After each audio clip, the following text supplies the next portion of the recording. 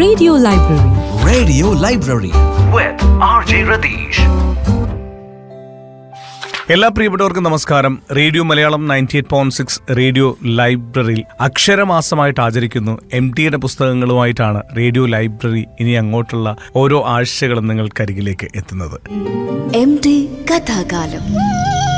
MT Vasudevan നായരുടെ എഴുത്തുകളുമായി radio Malayalam 98.6 radio ലൈബ്രറിയിൽ ഇനി അക്ഷരമാസം. അപ്പോൾ MTയുടെ വിശേഷങ്ങളിലേക്ക് എത്തുന്നതിന് മുൻപായിട്ട് കേരളത്തെക്കുറിച്ച് നമ്മൾ അറിയാതെ പോയ പല കാര്യങ്ങളും നമുക്ക് പറഞ്ഞു തന്ന ഒരു പുസ്തകം. ആ പുസ്തകത്തിന്റെ ടൈറ്റിൽ തന്നെ കൊയ്ത്ത് കഴിഞ്ഞ് നെല്ല് അളക്കുന്ന ഒരു ചടങ്ങുണ്ട്. ഈ നെല്ല് അളന്ന് കൊടുക്കുന്ന സമയത്ത് ഇത് അളക്കുന്ന ജോലിക്കാരന് കൂലിയായിട്ട് ആ നെല്ല് തന്നെ അളന്നെടുക്കാറുണ്ട്. അതിന്റെ പേര് പദമ്പ്.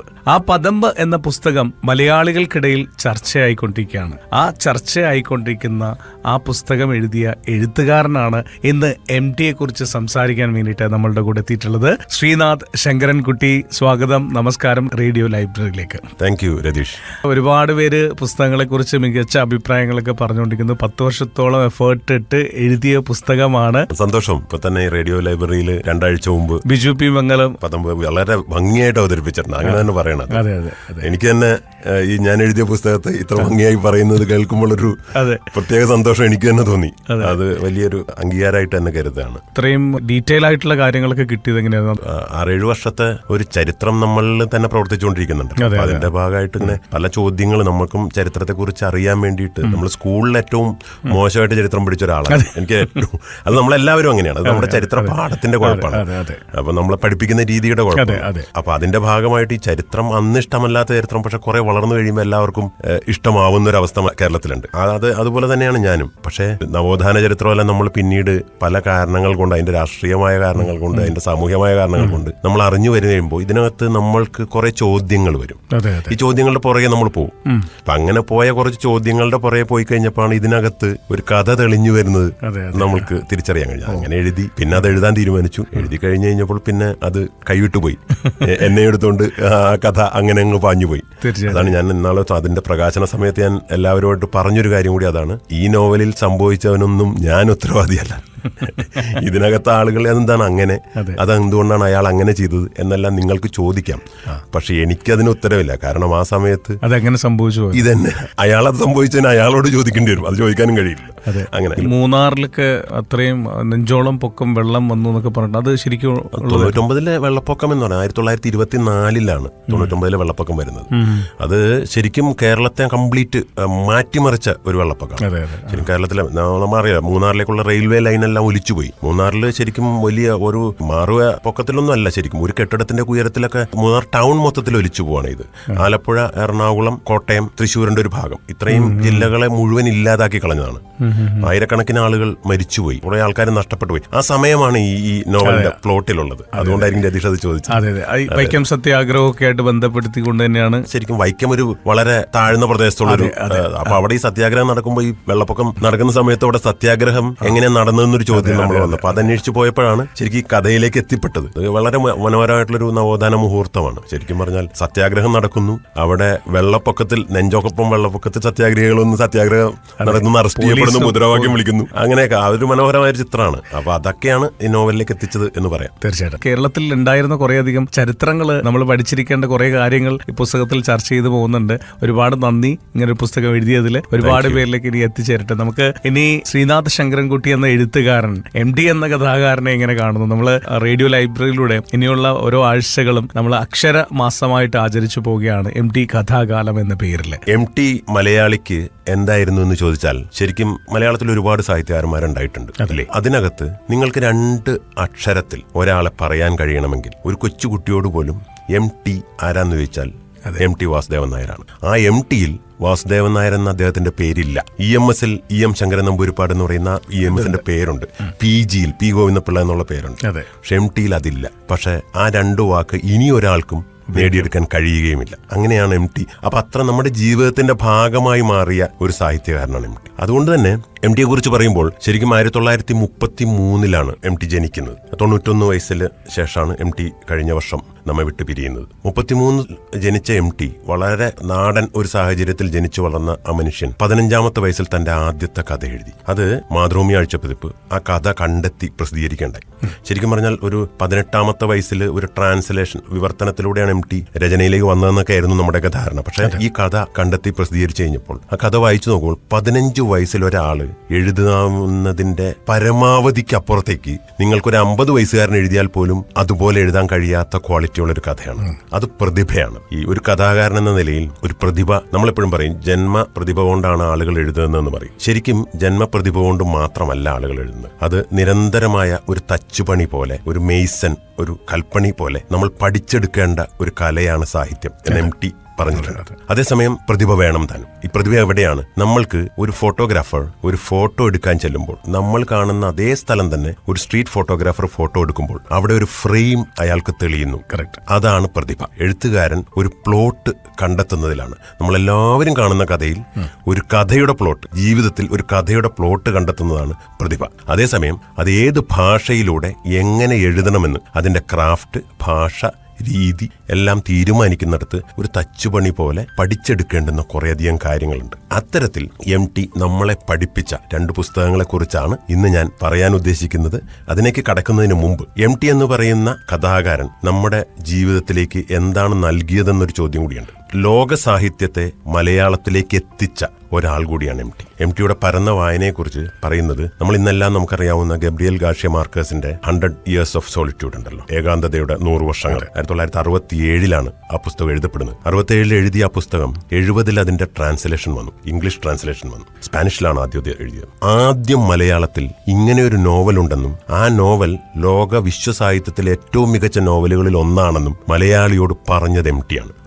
അത്രയ്ക്കും ഏറ്റവും അപ്ഡേറ്റഡ് ആയിരുന്നു എം ടി. അതുപോലെ തന്നെ അത്രയും പരന്ന വായനയുള്ള ഒരു സാഹിത്യകാരൻ മലയാളത്തിൽ വേറെ ഇല്ല എന്ന് തന്നെ പറയേണ്ടി വരും. 2-ാം ഊഴം എഴുതുന്നതിന് മുമ്പ് എം ടിയെ കുറിച്ചുള്ള ഒരു ഇന്റർവ്യൂവിൽ പറയുന്നുണ്ട്, അന്ന് ഇന്ത്യയിൽ നിലവിൽ അവൈലബിൾ ആയ എല്ലാ മഹാഭാരത പഠനങ്ങളും, മഹാഭാരതത്തിന്റെ പല തരം വെർഷൻസും എം ടി വായിച്ചിരുന്നു.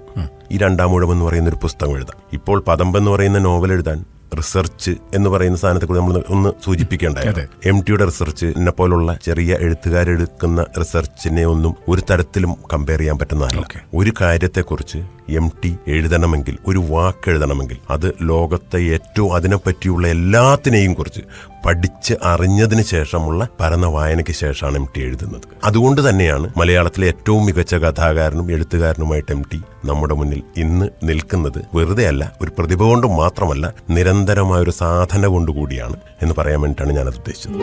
എം ടി കഥാകാലം. എം ടി വാസുദേവൻ നായരുടെ എഴുത്തുകളുമായി റേഡിയോ മലയാളം 98.6 റേഡിയോ ലൈബ്രറിയിൽ ഇനി അക്ഷരമാസം.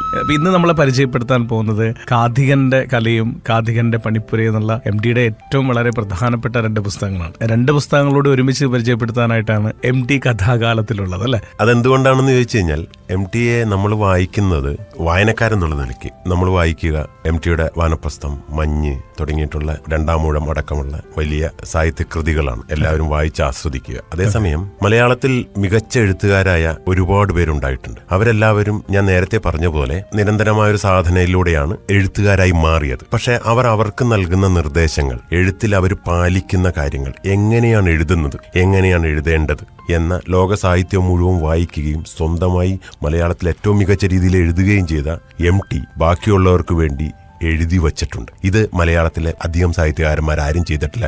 എനിക്ക് തോന്നുന്നു ആരും ഇത്ര വിശദമായി ചെയ്തിട്ടില്ല. 1963 കാഥികന്റെ പണിപ്പുര എന്ന് പറയുന്ന എം ടിയുടെ ഈ പുസ്തകം വരുന്നത്. ഈ 2 പുസ്തകങ്ങളുടെയും ഒരു പ്രത്യേകത കാഥികന്റെ കലയും കാഥികന്റെ പണിപ്പുരയും. 1963 എം ടി കാഥികന്റെ പണിപ്പുര എന്ന് പറയുന്ന പുസ്തകം എഴുതുന്നത്. കാഥികന്റെ കല 80കളിലാണ് എം ടി എഴുതുന്നത്. ഞാൻ പറഞ്ഞു വന്നത് 1963 എഴുതിയ കാഥികന്റെ പണിപ്പുര ഇന്നൊരു 60-62 വർഷം കഴിഞ്ഞില്ലേ എഴുതി കഴിഞ്ഞിട്ട്.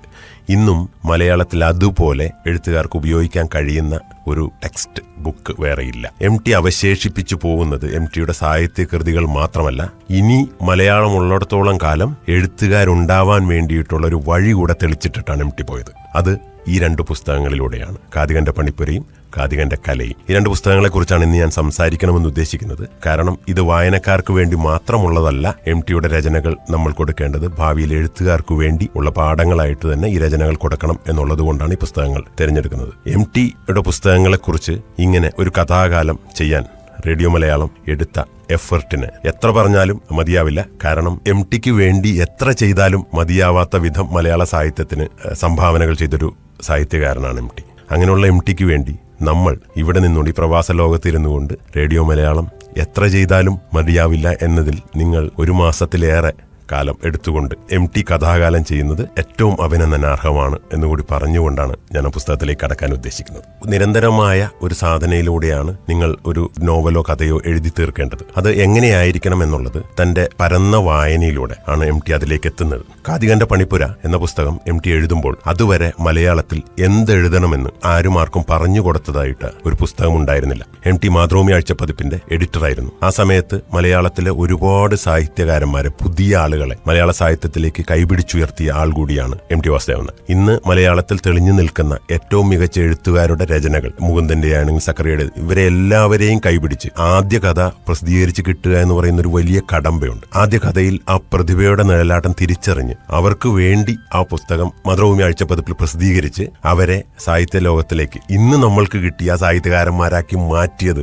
MT വാസുദേവൻ നായരാണ്. ഇതിനെക്കുറിച്ച് വളരെ രസകരമായിട്ടുള്ള ഒരു കഴിഞ്ഞ വളരെ റീസെന്റ് രഘുനാഥ് പലേരിയുടെ ഒരു ഇന്റർവ്യൂ സോഷ്യൽ മീഡിയയിലെല്ലാം വളരെ ഇതായിട്ട് വന്നിട്ടുണ്ട്. ഇത് ആദ്യമായിട്ട് MT വാസുദേവൻ നായരെ കാണാൻ പോയ കാര്യം. അദ്ദേഹത്തെ ചെന്ന് കണ്ടു കഴിഞ്ഞപ്പോൾ MT ആരോടും അധികം സംസാരിക്കാത്ത ഒരാളാണ്. അധികം മുഖമുയർത്തി അവരുടെ മുഖത്ത് നോക്കി ചിരിക്കാത്ത ഒരാളായിട്ടാണ് MT പറയപ്പെടുന്നത്. അപ്പൊ എന്തുകൊണ്ടാണ് MT അങ്ങനെ എന്ന് ചോദിച്ചപ്പോൾ രസകരമായിട്ടുള്ള ഒരു ഒബ്സർവേഷൻ പറയുന്നുണ്ട്. ആളുകൾക്ക് അധികം നേരം MTയുടെ മുമ്പിൽ ഇരിക്കാൻ കഴിയില്ല. കാരണം MTക്ക് ഇത്രയും ആളുകളുടെ കഥകൾ മുമ്പിലുണ്ട്. ആളുകൾ അയച്ചു കൊടുത്ത കഥകൾ വായിച്ചു തീർക്കണം. ഒരാള് MTയുടെ ഓഫീസിൽ വന്നാൽ അയാളോട് സംസാരിച്ചിരിക്കാൻ സമയമില്ല. അവരോട് എല്ലാവരോടും അത് പറഞ്ഞു മനസ്സിലാക്കുന്നതിനേക്കാൾ നല്ലത് മുഖമുയർത്തി നോക്കാതെ ചിരിക്കാതെ ഗൗരവമായിട്ടിരുന്നാൽ അവരങ്ങനെ പോയിക്കോളും. അപ്പൊ MTയുടെ പണിയിലേക്ക് കടക്കാം. ചിരിക്കാതിരിക്കുന്ന MT ചെയ്തത്, ആ ചിരിക്കാതിരിക്കലിലൂടെ, മുഖം ഗൗരവത്തിലിരിക്കലിലൂടെ MT ചെയ്തത് മലയാളത്തിൽ ഒരുപാട് സാഹിത്യകാരന്മാരെ കൈപിടിച്ചുയർത്തി മലയാള സാഹിത്യത്തിന് സംഭാവന നൽകുക എന്നൊരു പ്രവൃത്തി കൂടിയാണ് MT ചെയ്തത്. അതിന്റെ ഭാഗമായിട്ടാണ് ഞാൻ നേരത്തെ പറഞ്ഞ പോലെ കാതികന്റെ പണിപ്പുര എന്ന് പറയുന്ന പുസ്തകത്തെക്കുറിച്ച് MT പറയുന്നത്. വിശ്വസാഹിത്യത്തിലെ പല പുസ്തകങ്ങളെക്കുറിച്ചും എങ്ങനെയാണ് എഴുതുന്നതിനെ കുറിച്ച് നിങ്ങളൊരു MTയുടെ വളരെ പ്രശസ്തമായ ഒരു വാചകം കാതികന്റെ കലയിൽ പറയുന്നുണ്ട്. നിങ്ങൾ ഒരു മികച്ച നോവൽ എഴുതണമെങ്കിൽ ഒറ്റ വഴിയേ ഉള്ളൂ, അത് എഴുതുക എന്നത് മാത്രമാണ്. നമ്മളെല്ലാവരും സാഹിത്യകാരന്മാരിൽ ഞാൻ ഇത്രയും കാലം ലോകോത്തരമായ ഒരു നോവൽ എഴുതണമെന്നും എല്ലാ സാഹിത്യകാരന്മാരും ആഗ്രഹിക്കുന്നുണ്ട്. പക്ഷെ ഇവരാരും എഴുതില്ല. ഞാൻ ഏറ്റവും മികച്ചൊരു കഥ എഴുതാം, ഏറ്റവും മികച്ചൊരു നോവൽ എഴുതാം എന്ന് കരുതിയിരിക്കുക മാത്രമേ ചെയ്യുള്ളൂ. പേനയെടുത്ത് കടലാസ് എടുത്ത് ആ എഴുത്തങ്ങ് തുടങ്ങിയാൽ മാത്രമാണ് അതിന്റെ സാക്ഷാത്കാരം സംഭവിക്കുക. അത്തരത്തിൽ MT നമ്മൾക്ക് ഒരു പുസ്തകം എഴുതണമെങ്കിൽ, ഇപ്പം ഞാൻ ഈ ഒരു നോവൽ എഴുതിയെങ്കിൽ അതിന് കാരണം കാതികന്റെ പണിപ്പുര എന്ന് പറയുന്ന ആ പുസ്തകമാണ്. ആ പുസ്തകം വായിച്ചു കഴിഞ്ഞപ്പോൾ അതിനകത്തുള്ള പാഠങ്ങൾ MT എത്ര മനോഹരമായിട്ടാണ് എഴുതി വച്ചിരിക്കുന്നത് എന്ന് കാണുമ്പോഴാണ് നമുക്ക് എഴുത്തിലേക്ക് നമ്മൾക്കും സാധിക്കും എന്നൊരു തിരിച്ചറിവിലേക്ക് നമുക്ക് എത്താൻ കഴിയുക. കാതികന്റെ പണിപ്പുരയിലെ കുറച്ച് ഒരു 14ഓളം പാഠങ്ങൾ MT എഴുത്തുകാർക്ക് വേണ്ടി പറഞ്ഞിട്ടുണ്ട്. MT കഥാകാലം. MT വാസുദേവൻ നായരുടെ എഴുത്തുകളുമായി റേഡിയോ മലയാളം 98.6 റേഡിയോ ലൈബ്രറിയിൽ ഇനി അക്ഷരമാസം. MTയുടെ കഥകളും എഴുത്തുകളും ഇന്ന് നമ്മളോട് സംസാരിച്ചുകൊണ്ടിരിക്കുന്നത് പ്രിയപ്പെട്ട എഴുത്തുകാരൻ ശ്രീനാഥ് ശങ്കരൻകുട്ടിയാണ്. അപ്പൊ ഇന്ന് 2 പുസ്തകങ്ങളാണ് നമ്മൾ പരിചയപ്പെടുത്തുന്നത്. ഒന്ന് കാതികന്റെ കലയും മറ്റൊന്ന് കാതികന്റെ പണിപ്പുരയുമാണ്.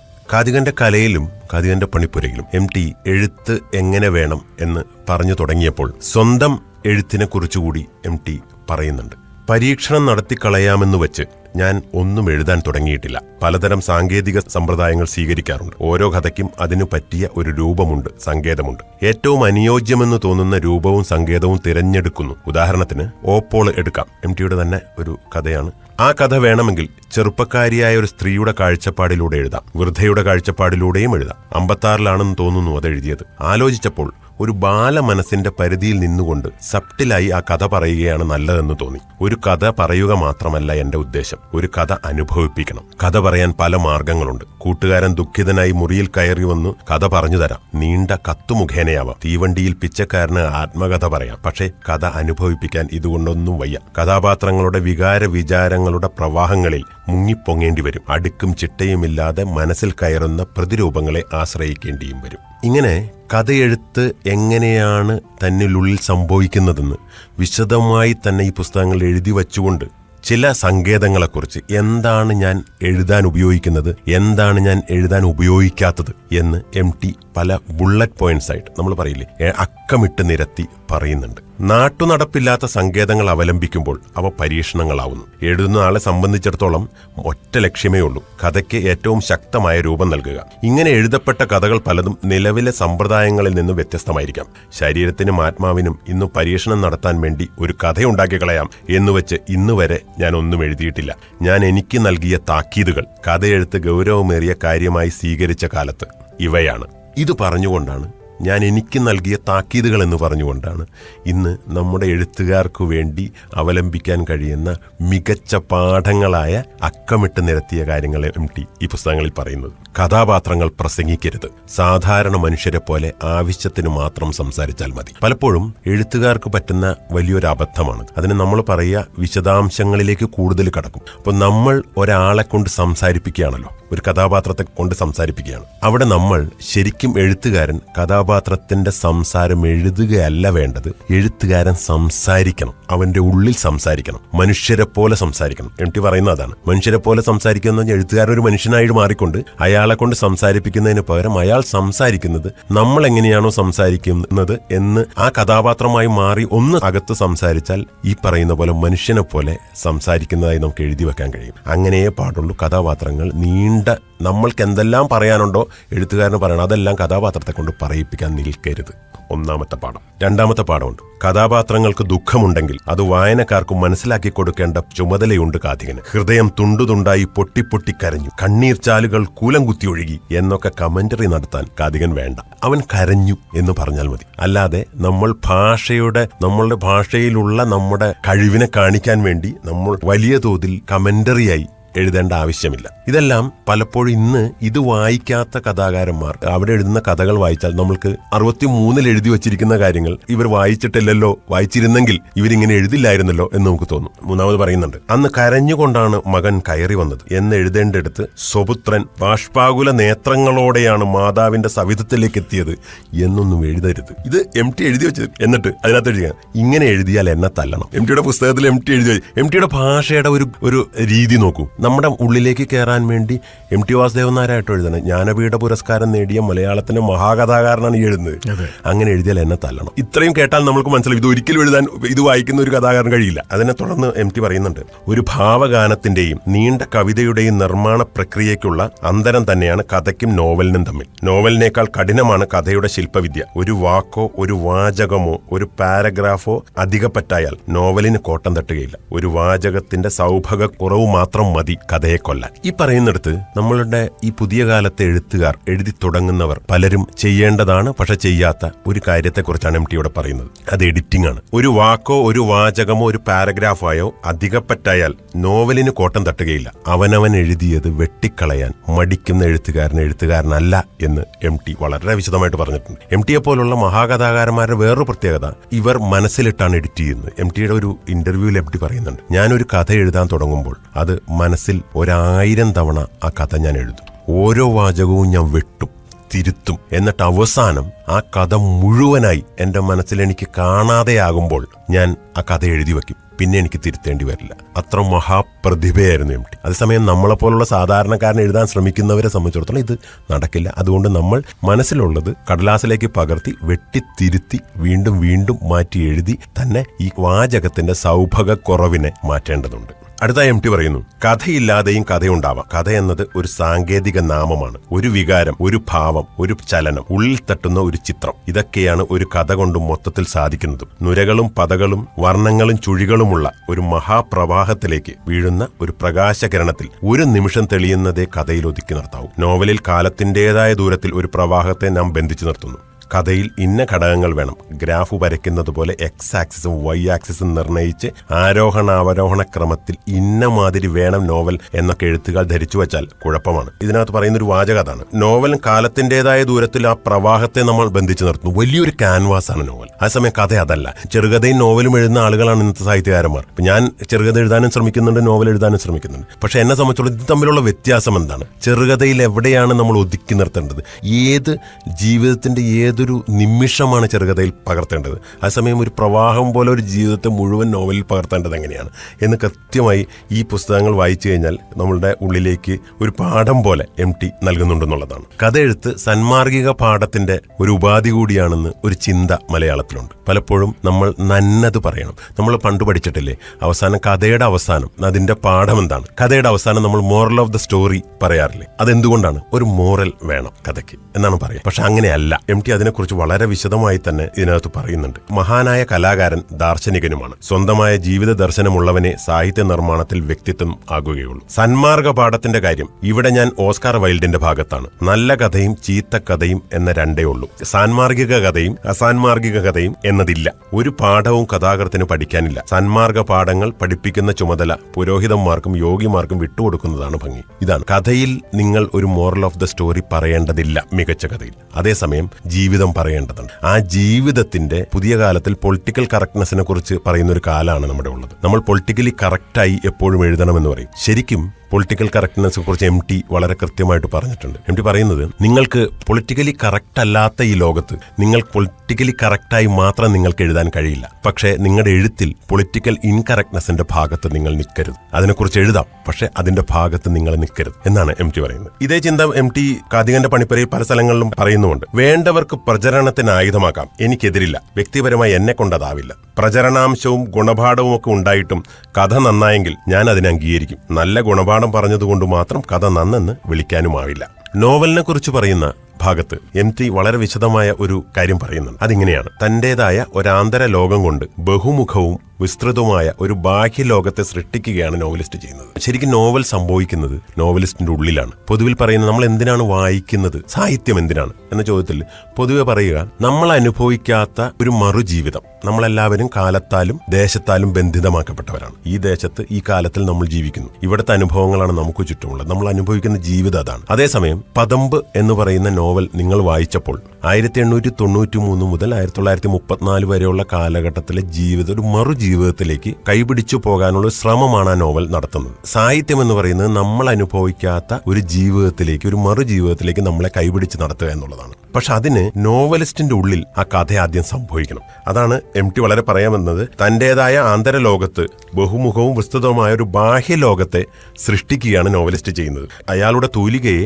അനുഗ്രഹിക്കുമ്പോഴേ ഈ സംരംഭത്തിൽ അയാൾ തികച്ചും വിജയിക്കുകയുള്ളൂ. വ്യക്തിസത്തയെ സാമാന്യ ജീവിത സത്തയോളം വികസിപ്പിക്കുകയും തന്റെ കാലഘട്ടത്തിന്റെ ജീവിത മൂല്യങ്ങൾ ആവിഷ്കരിക്കുകയും ചെയ്യുന്ന മഹത്തായ നോവലുകൾ നിർമ്മിക്കാനുള്ള പരിശ്രമത്തിന്റെ തുടക്കം മാത്രമാകട്ടെ നമ്മുടെ ഇന്നത്തെ നിലപാട്. അതായത് നമ്മളുടെ വ്യക്തിപരമായ നമ്മുടെ ഓരോ നിലപാടുകളുമുണ്ട്, നമ്മുടെ തിരിച്ചറിവുകളുണ്ട്, നമ്മുടെ അറിവുണ്ട്, തിരിച്ചറിവുണ്ട്. ഇതിനെ ഒരു വലിയൊരു ലോകത്തിന് ജനങ്ങൾക്ക് മുഴുവൻ ബാധിക്കുന്ന തരത്തിലേക്കുള്ള ഒരു ബാഹ്യ ലോകമാക്കി തീർക്കാനുള്ള ഒരു ദാർശനികമായിട്ടുള്ളൊരു കഴിവാണ് ശരിക്കും നോവലിസ്റ്റിന് വേണ്ടത്. അങ്ങനെ തീർക്കുമ്പോൾ മാത്രമാണ് നമ്മൾ പറയുന്ന ഒരു ജീവിതാനുഭവം ലോകത്തെല്ലാവർക്കും അവൻ്റേതുകൂടിയാണ് എന്ന തോന്നൽ കിട്ടുന്ന മൊമെന്റിലാണ് ആളുകൾ ഈ നോവലുമായിട്ടോ ഈ രചനയുമായിട്ട് കണക്റ്റഡ് ആവുന്നത്. ഇതെനിക്കും സംഭവിക്കാവുന്നതാണ്, എൻ്റെ ജീവിതത്തിൽ ഞാൻ എവിടെയോ കണ്ടുമറന്നതാണ്, എനിക്ക് പരിചയമുള്ള ഒരാൾക്ക് സംഭവിക്കാവുന്നതാണ് എന്നൊരു തിരിച്ചറിവ് ഈ നോവലിൻ്റെ അല്ലെങ്കിൽ ആ നോവലിലെ രചനയിൽ സംഭവിക്കുന്ന മറുജീവിതത്തെ നമ്മുടെ ജീവിതത്തിലേക്ക് പയ്യെ ബന്ധിപ്പിക്കാൻ വായനക്കാരനുമായി, അതാണ്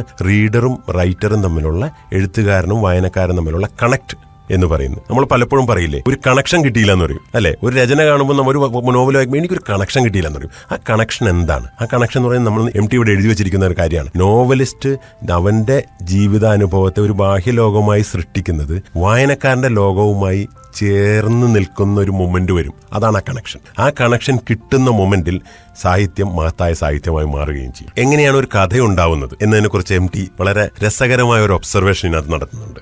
ഒരു പൊന്തക്കാടിന്റെ സങ്കീർണതയിൽ നിന്ന് എത്തി നോക്കുന്ന ഒരു പൂമൊട്ടാണ് കഥാബീജം എന്ന് പറയാം. ആ കാടും പടലും വെട്ടി നീക്കി പശ്ചാത്തല ഭംഗിക്കാവശ്യമായ ചെടിപ്പടർപ്പുകൾ മാത്രം നിർത്തി പൂമൊട്ടിനെ വികസിപ്പിച്ചെടുക്കലാണ് കഥാനിർമ്മാണം. മനസ്സിൽ വേട്ടാളൻ കൂട് കെട്ടുകയാണെന്ന് കരുതാം. അവിടെ നിന്നും ഇവിടെ നിന്നും പലതും പെറുക്കിക്കൊണ്ടുവരുന്നു, പശ ചേർത്ത് വെക്കുന്നു, എവിടെയൊക്കെയോ പൊടിഞ്ഞു വീഴുന്നു, വീണ്ടും അടക്കി നോക്കുന്നു. ഏകദേശം അത്തരത്തിലാണ് കഥയുടെ നിർമ്മാണം നടക്കുന്നത്. മനസ്സിൽ അസ്വാസ്ഥ്യം ഉളവാക്കിക്കൊണ്ട് കഥാബീജം കൂടിക്കൊണ്ടാൽ അറിയാതെ തന്നെ വൈകാരികവും ചിന്താപരവുമായ എല്ലാ പ്രവർത്തനങ്ങളും അതിനു ചുറ്റുമായി തീരുന്നു. പലപ്പോഴും പല മികച്ച കഥകളുടെയും തുടക്കം വളരെ അസ്വാസ്ഥ്യമുണ്ടാക്കുന്ന ഒരു ചെറിയ ജീവിതാനുഭവമാണ്. നമ്മൾ വഴിയിലൂടെ പോകുമ്പോൾ കാണുന്ന ഒരു അപകടം, അത് നമ്മുടെ മനസ്സിനെ അസ്വസ്ഥമാക്കുന്നു. ആ അപകടം എന്ന് പറയുന്ന നേരത്തെ MT പറയുന്നത് പോലെ ഒരു പൊന്തക്കാടിൽ നിന്ന് എത്തി നോക്കുന്ന ഒരു പൂമൊട്ടാണ്. ആ അപകടത്തെ നമ്മൾ അതിനു ചുറ്റും ഒരു കഥയുണ്ടാക്കുന്നു. നമ്മൾ പരിചയപ്പെട്ട ഏതെങ്കിലും വ്യക്തിയുടെ ജീവിതവുമായി അതിൽ നിന്ന് ഒരു പൊടിയെടുക്കുന്നു. അങ്ങനെ പല വ്യക്തികളുടെ ജീവിതങ്ങളിൽ നിന്ന് പല ജീവിതാനുഭവങ്ങളെ നമ്മൾ അതിനു ചുറ്റും പ്രതിഷ്ഠിക്കുന്നു.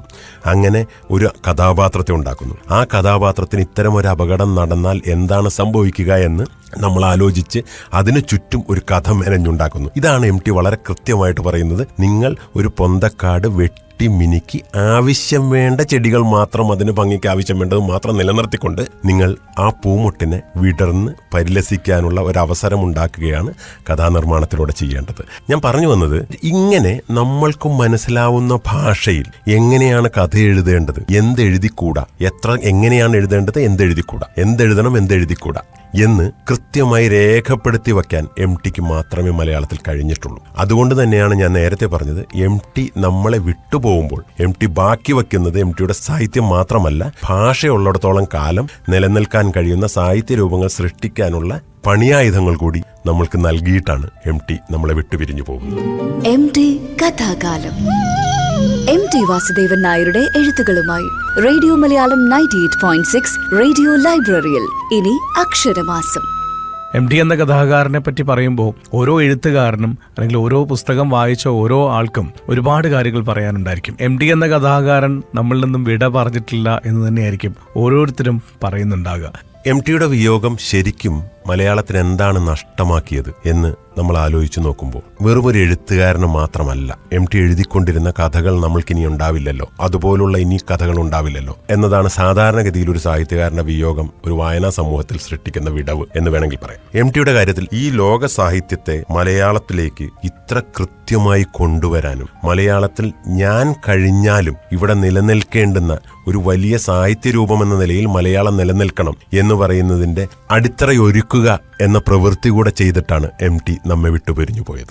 മലയാളത്തിൽ മാതൃഭൂമി ആഴ്ചപ്പതിപ്പ് ഒരു സാഹിത്യമാസിക, ഇന്നും അതിനകത്ത് സാഹിത്യമല്ലാത്ത നോൺ ലിറ്റററി ഫീച്ചേഴ്സ് ഒരുപാട് വരുന്നുണ്ട്. പക്ഷേ ഇന്നും മലയാളത്തിൽ ബാലേന്ദ്രൻ ചുള്ളിക്കാടിന് വളരെ പ്രശസ്തമായ ഒരു വാചകമുണ്ട്, ഞാൻ ജീവിച്ചിരിക്കുന്നത് കവിത എഴുതാനാണ്, ഞാൻ കവിത മാതൃഭൂമി ആഴ്ചപ്പതിപ്പിൽ പ്രസിദ്ധീകരിക്കാനാണ് എന്ന് പറയും. അങ്ങനെ മലയാളിയുടെ ജീവിത വ്യവഹാരത്തിനിടയ്ക്ക് സാഹിത്യത്തിൻ്റെതായ ഒരു ലെഗസി ആ ഒരു ആഴ്ചപ്പതിപ്പിന് എല്ലാ ആഴ്ചയും ഇറങ്ങുന്ന, ഇന്ന് അതിന്റെ പത്രാധിപർ MT ഇരുന്ന കസേരയിലിരിക്കുന്ന സുഭാഷ് ചന്ദ്രനാണ്. സുഭാഷ് ചന്ദ്രൻ നമ്മളിവിടെ വരികയും റേഡിയോ മലയാളത്തിൽ നമ്മളോടൊക്കെ സംവദിക്കുകയും ചെയ്തിട്ടുള്ള ഒരാളാണ്. ആ മാതൃഭൂമി ആഴ്ചപ്പതും മലയാളിയുടെ സാഹിത്യ ജീവിതത്തിന്റെ ഭാഗമായി മാറിയത് MT കാരണമാണ്. MT കൊണ്ടുവന്ന സാഹിത്യകാരന്മാരാണ് ഇന്നത്തെ മലയാളത്തിൽ, ഞാൻ നേരത്തെ പറഞ്ഞ പോലെ ഇന്നത്തെ മലയാളത്തിൽ തെളിഞ്ഞു നിൽക്കുന്ന സാഹിത്യകാരന്മാരിൽ ഭൂരിഭാഗവും. അതുപോലെ തന്നെയാണ് MTയുടെ എഴുത്തുകാരനൊപ്പം നിൽക്കുന്ന ഒരാൾ കൂടിയാണ് MTയിലെ വായനക്കാരനും. ലോക സാഹിത്യത്തിന്റെ ചെറിയ ഭാഗങ്ങൾ, അനുരണനങ്ങൾ മലയാളത്തിലേക്ക് കൊണ്ടുവരാൻ MTയോളം മിടുക്ക് കാണിച്ച ഒരു സാഹിത്യകാരനും വേറെ ഉണ്ടായിട്ടില്ല. നമ്മൾ പോലും അറിയാതെ ലോക സാഹിത്യത്തിന്റെ സത്ത നമ്മളിലേക്ക് എത്തിക്കാൻ MTക്ക് കഴിഞ്ഞിട്ടുണ്ട്. അതിനൊരു ഉദാഹരണം ഞാൻ പറയാം. MT നമ്മെ വിട്ടുപിരിഞ്ഞു പോയപ്പോൾ ആ സമയത്ത് ഞാൻ ആദ്യം എടുത്ത പുസ്തകം മഞ്ഞാണ്. എന്നെ ഏറ്റവും കൂടുതൽ ആകർഷിച്ചിട്ടുള്ള MTയുടെ പുസ്തകവും മഞ്ഞ് തന്നെയാണ്. മഞ്ഞ് ഇനിയൊരു ആഴ്ചയിൽ റേഡിയോ മലയാളത്തിലെ റേഡിയോ ലൈബ്രറിയിൽ അവതരിപ്പിക്കും എന്ന് തന്നെയാണ് ഞാൻ പ്രതീക്ഷിക്കുന്നത്. എന്നാലും മഞ്ഞിന്റെ തുടക്കത്തിലുള്ള ഒരു ഭാഗം ഞാൻ വായിക്കാം. ആർച്ച്ബാൾഡ് മക്ലീഷ് എന്ന് പറയുന്ന ഒരു അമേരിക്കൻ കവിയുടെ ഒരു കവിതയുടെ ട്രാൻസ്ലേഷനാണ്, അതിന്റെ വിവർത്തനമാണ് MT മഞ്ഞിന്റെ തുടക്കത്തിൽ ചേർത്തിട്ടുള്ളത്. അന്നും ഇന്നും മക്ലീഷിനെ നമ്മൾ മലയാളികൾ വളരെ കുറച്ച് മാത്രം വായിച്ചിട്ടുള്ളതാണ്. എന്നാൽ ലോകോത്തരമായ കവിതകൾ എഴുതിയിട്ടുള്ള ഒരാളാണ്. സ്വന്തം നോവലിന്റെ, മഞ്ഞു പോലെയുള്ള ഇത്ര മനോഹരമായ നോവലിന്റെ തുടക്കത്തിൽ ഇങ്ങനെ ഒരു കവിത എന്തിന് MT എടുത്ത് വിവർത്തനം ചെയ്ത് ചേർത്തു എന്നതിന് ഒരു കാരണം ഞാനിപ്പോൾ കണ്ടെത്തുന്നുണ്ട്. മഞ്ഞ് എന്ന നോവലിന്റെ തുടക്കത്തിൽ ചേർത്തിരിക്കുന്ന ആ വരികൾ ഇങ്ങനെയാണ്: തകർന്ന ശബ്ദത്തെയും ഉറക്കത്തിൽ ഉണർന്ന ദേവദൂതന്മാരെയും ഓർത്ത് നാം അമ്പരന്നപ്പോൾ അപ്പോൾ പാടിയിരുന്ന ഗാനം നമുക്ക് നഷ്ടപ്പെട്ടു. കാലത്തിന് സൂക്ഷിക്കാൻ കഴിയാത്ത പ്രകാശവും ഉറക്കം ഞെട്ടിയുണർന്ന് നാം അമ്പരന്നു കിടക്കുന്ന ആ നിമിഷത്തിൽ പ്രകാശവും ശബ്ദവും എല്ലാം ഏറ്റുപറയുന്നു. അമ്പരന്നു കിടക്കുന്ന ആ നിമിഷത്തിൽ പ്രകാശവും ശബ്ദവും എല്ലാം ഏറ്റുപറയുന്നു. ഈ നിമിഷത്തെ നമുക്ക് മെരുക്കി വളർത്തുക. ഈ നിമിഷം ഉറങ്ങുന്ന മരക്കൊമ്പിൽ നിന്ന് തെറിച്ചുപോയ പറവക്കൂട്ടം പോലെ കവിയുടെ വാക്കുകൾ കാലത്തിലേക്ക് വീണുപോയിരിക്കുന്നു. കാലത്തിനപ്പുറം നിൽക്കുന്ന എംടി ഇന്ന് നമ്മുടെ കൂടെയില്ല. നമ്മെ വിട്ടുപിരിഞ്ഞു എന്ന സത്യം ഇപ്പോഴും നമ്മൾക്ക് അംഗീകരിക്കാൻ കഴിഞ്ഞിട്ടില്ല. നമുക്ക് ചുറ്റും മലയാള സാഹിത്യത്തിന്റെ ഒരു വെളിച്ചം പോലെ എംടി എവിടെയൊക്കെയോ ഉണ്ട്. അതെന്താണ്, എവിടെയാണ് എംടി ഇന്നും നമ്മുടെ മുന്നിൽ ഒരു പ്രകാശമായി നിലനിൽക്കുന്നത് എന്ന് എംടി ഈ മഞ്ഞിന്റെ തുടക്കത്തിൽ ഈ കവിതയിൽ എഴുതി വെച്ചിട്ടുണ്ട്. ഞാനത് ഒരിക്കൽ കൂടി വായിക്കാം. ഉറങ്ങുന്ന മരക്കൊമ്പിൽ നിന്നും തെറിച്ചുപോയ പറവക്കൂട്ടം പോലെ കവിയുടെ വാക്കുകൾ കാലത്തിലേക്ക് വീണുപോയിരിക്കുന്നു, കാലത്തിന് സൂക്ഷിക്കാൻ വേണ്ടി. കവിയുടെ വാക്കുകൾ എന്നത് ഞാൻ തിരുത്തി പറയുകയാണ്. ഉറങ്ങുന്ന മരക്കൊമ്പിൽ നിന്ന് തെറിച്ചുപോയ പറവക്കൂട്ടം പോലെ എംടിയുടെ വാക്കുകൾ കാലത്തിലേക്ക് വീണുപോയിരിക്കുന്നു, കാലത്തിന് സൂക്ഷിക്കാൻ വേണ്ടി. പെട്ടെന്ന് മനസ്സിൽ അങ്ങനെയാണ് തോന്നിയത്. അതെ, ഞാനിപ്പോ പറഞ്ഞു വന്നപ്പോഴാണ് അതങ്ങനെയായി മാറിയത്. എംടി എന്ന കഥാകാരനെ നമുക്ക് എത്ര പറഞ്ഞാലും തീരത്തില്ല. പക്ഷെ ഇന്ന് അവതരിപ്പിച്ചതിൽ എഴുത്തുകാര് ഏറ്റവും കൂടുതൽ വായിച്ചിരിക്കേണ്ട, അല്ലെ, പുസ്തകം എഴുതാൻ പോകുന്ന ആൾക്കാർ ഉറപ്പായിട്ടും വായിച്ചിരിക്കേണ്ട 2 പുസ്തകങ്ങളാണ് ഇന്ന് നമ്മളെ പരിചയപ്പെടുത്തിയത്. കാഥികന്റെ കലയും അല്ലെങ്കിൽ ഈ പറഞ്ഞ പോലെ കാഥികന്റെ പണിപ്പുരയും. അതാണ് വീണ്ടും പറയുന്നു, റേഡിയോ ലൈബ്രറിയിൽ നമ്മൾ ഈ പരിപാടികളെല്ലാം നടത്തുമ്പോൾ നമ്മൾ അത് വായനക്കാർക്ക് വേണ്ടിയിട്ടാണ്. ഓരോരുത്തരും ഓരോ പുസ്തകങ്ങൾ വായിക്കാൻ അവരിൽ താല്പര്യം ജനിപ്പിക്കാൻ വേണ്ടിയിട്ടാണ് നമ്മൾ പരിപാടി നടത്തുന്നത്. എനിക്ക് തോന്നുന്നു എംടി അനുസ്മരിക്കുമ്പോൾ നമ്മൾ എഴുത്തുകാർക്ക് വേണ്ടി കൂടി ഒരു സെഷൻ ചെയ്യേണ്ടതുണ്ട് എന്ന തിരിച്ചറിവിൽ നിന്നാണ് ഈ 2 പുസ്തകങ്ങൾ ഞാൻ തെരഞ്ഞെടുക്കാൻ തീരുമാനിക്കുന്നത്. തീർച്ചയായിട്ടും. ശ്രീനാഥ് ശങ്കരൻകുട്ടി എത്രത്തോളം എംടിയെ മനസ്സിലാക്കി, എത്രത്തോളം വായിച്ചു? എംടിയുടെ നോവലുകളെല്ലാം ഞാൻ വായിച്ചിട്ടുണ്ട്. എംടിയുടെ ചെറുകഥകളെല്ലാം വായിച്ചിട്ടുണ്ടോ എന്ന് എനിക്കറിയില്ല. പക്ഷേ ഏകദേശം ഒരു 13-14 വയസ്സ് തുടങ്ങി, ഹൈസ്കൂൾ കാലഘട്ടം തുടങ്ങി ഞാൻ ഏറ്റവും കൂടുതൽ വായിച്ചിട്ടുള്ളത്, എനിക്ക് ഇന്ന് തോന്നുന്നു ഞാൻ ഏറ്റവും കൂടുതൽ റിപ്പീറ്റഡ് ആയിട്ടും, അങ്ങനെയാണ് പറയേണ്ടത്, നമ്മൾ വായിച്ചിട്ടുണ്ടെന്ന് മാത്രമല്ല റിപ്പീറ്റഡ് ആയിട്ട് വായിച്ചിട്ടുള്ളത് എംടിയാണ്. ഇക്കാലത്തിനിടയ്ക്ക് ഒരു വായനക്കാരൻ എന്ന നിലയിൽ, ഒരു ആസ്വാദകൻ എന്ന നിലയിൽ, പിന്നെ കുറച്ചും കൂടി പരന്ന വായനക്കാരൻ എന്ന നിലയിൽ, ഒരു എഴുത്തുകാരൻ എന്ന നിലയിൽ, എഴുത്തിനെ സമീപിക്കുന്ന ഒരാളെന്ന നിലയിൽ, എഴുതിയ ഒരാളെന്ന നിലയിൽ, ഇങ്ങനെ നമ്മുടെ ജീവിതത്തിൽ ഒരു വായനക്കാരിൽ നിന്നും എഴുത്തുകാരനിലേക്കുള്ളൊരു ഒരു വളർച്ചയുണ്ടല്ലോ, വളർച്ചയെന്നോ ഒരു യാത്രയുണ്ടല്ലോ. ആ യാത്രക്കിടയിൽ എംടിയെ പല വായിക്കാൻ കഴിഞ്ഞിട്ടുണ്ട്. ഇന്നും ഒരു ടെക്സ്റ്റ് ബുക്ക് പോലെ, ഒരു സാധകം പോലെ, ഒരു സംഗീതജ്ഞൻ സാധകം ചെയ്യുന്നത് പോലെ എംടിയുടെ ഒരു നോവലോ ഒരു കഥയോ എടുത്തു വായിച്ചാൽ നമ്മൾക്ക് അവിടെ നിന്ന് കണ്ണെടുത്ത് കാണുന്ന ഒരു ജീവിത മുഹൂർത്തത്തിൽ ഒരു കഥ തെളിയും. അങ്ങനെ ഒരു വളരെ വ്യക്തിപരമായിട്ടും ഏറ്റവും മനോഹരമായിട്ടുള്ള ഒരു അനുഭവമാണ് എന്നെ സംബന്ധിച്ചിടത്തോളം എംടിയുടെ കഥകളുടെ വായന. ഒരു പ്രാവശ്യം വായിക്കുക, അവിടെ നിന്ന് കണ്ണെടുത്ത് എൻ്റെ ജീവിത വ്യവഹാരങ്ങളിലേക്ക് കടക്കുക, അവിടെയുള്ള ഒരു ജീവിത മുഹൂർത്തത്തിൽ ഒരു കഥ എനിക്ക് തെളിയിച്ച് എംടി തന്നിട്ടുണ്ട്. നമ്മുടെ എഴുത്തിൽ എത്രത്തോളം സഹായകമായിട്ടുണ്ട്? എനിക്ക് എംടിയുടെ സാഹിത്യ രചനകൾ ഞാൻ നേരത്തെ പറഞ്ഞില്ലേ, എന്നെ സഹായിച്ചിട്ടുള്ളത് ഇതുപോലെ ജീവിത മുഹൂർത്തങ്ങളെ എങ്ങനെയാണ് നമ്മളൊരു തെളിമയാണ് നൽകുന്നത്. പക്ഷെ അതിനൊക്കെ അപ്പുറത്തേക്ക് ഈ 2 പുസ്തകങ്ങൾ എൻ്റെ രചനയുടെ സങ്കേതത്തെ വല്ലാതെ മാറ്റിമറിച്ചിട്ടുണ്ട്. എനിക്ക് മനോഹരമായ തിരിച്ചറിവുകൾ ഇതിൽ ഞാൻ നേരത്തെ വായിച്ചതിൽ പറഞ്ഞ പോലെ വളരെ ആലങ്കാരികമായ ഭാഷ, കഥാപ്രസംഗം പോലത്തെ ആളുകളുടെ സംഭാഷണങ്ങൾ, ഇതെല്ലാം എഴുതിയിട്ടുള്ള ആള് തന്നെയാണ് ഞാനും. പക്ഷെ ഇത് വായിച്ചതിന് ശേഷം എന്നെ എഴുതിയത് വെട്ടിക്കളയാൻ എനിക്ക് ധൈര്യം തന്നത് എംടിയാണ്. എനിക്ക് തോന്നുന്നു ഒരാള് എഴുതാൻ തുടങ്ങുമ്പോൾ ആദ്യം പഠിക്കേണ്ടത് എഴുതാനല്ല, എഴുതിയത് വെട്ടിക്കളയാനാണ്. അത് എംടിയുടെ ഈ 2 പുസ്തകങ്ങൾ വായിച്ചാൽ, ഇത് കേൾക്കുന്ന ഏതൊരു എഴുത്തുകാരനും ആദ്യം ചെയ്യുക, താൻ എഴുതിയത് ഒന്നുകൂടി വായിച്ചു നോക്കിയാൽ അതിനകത്തൊരു 10% വെട്ടിക്കളയാനുള്ളതാണെന്ന് തിരിച്ചറിയുമെന്നുള്ളതാണ്. തീർച്ചയായിട്ടും. എന്തായാലും ഒരുപാട് നന്ദി ശ്രീനാഥ് ശങ്കരൻകുട്ടി ഞങ്ങളുടെ കൂടെ എത്തിയതിൽ. എംടിയുടെ എഴുത്തുകളുമായി ബന്ധപ്പെട്ട് അക്ഷരമാസം എന്ന് ആചരിക്കുകയാണ്, അതിൽ എംടിയുടെ കഥാകാലം എന്നുള്ള രീതിയിൽ. അപ്പോൾ അതിൽ ഈ 2 പുസ്തകങ്ങൾ പരിചയപ്പെടുത്താനും എംടിയുടെ ഓർമ്മകളും എഴുത്തുകളെ കുറിച്ചും പറയാനായിട്ടും നമ്മുടെ കൂടെ എത്തിയതിൽ ഒരുപാട് നന്ദി. എംടിയുടെ ഓർമ്മയിൽ എംടിയെ കുറിച്ച് പറയാൻ ഒരവസരം കിട്ടുക എന്ന് പറയുന്നത് ജീവിതത്തിൽ ഏറ്റവും വലിയ അനുഗ്രഹമാണ് ഏതൊരു എഴുത്തുകാരനും ഏതൊരു വായനക്കാരനും. അതിന്റെ ഒരു ഭാഗമായിട്ട് എംടിയെ കുറിച്ച് പറയാൻ ഏതവസരം കിട്ടിയാലും വിട്ടുകളയാതെ ചാടി പിടിച്ചുകൊള്ളണം എന്ന് എല്ലാ എഴുത്തുകാരോടും വായനക്കാരോടും ഞാൻ പറയുകയാണ്. അതിന്റെ ഭാഗമായിട്ടാണ് രതീഷ് എൻ്റെ അടുത്ത് ഇങ്ങനെ എംടി കഥാകാലം അവതരിപ്പിക്കുന്നുണ്ട് എന്ന് പറഞ്ഞപ്പോൾ തന്നെ ഞാൻ സംസാരിക്കാം എന്ന് എന്റെ മനസ്സ് ചാടി വീണ് പറയുകയാണ് ഉണ്ടായത്. അത് എത്രത്തോളം ശ്രോതാക്കളിലേക്ക് എത്തും എന്നുള്ളതൊക്കെ ശ്രോതാക്കളാണ് തീരുമാനിക്കേണ്ടത്.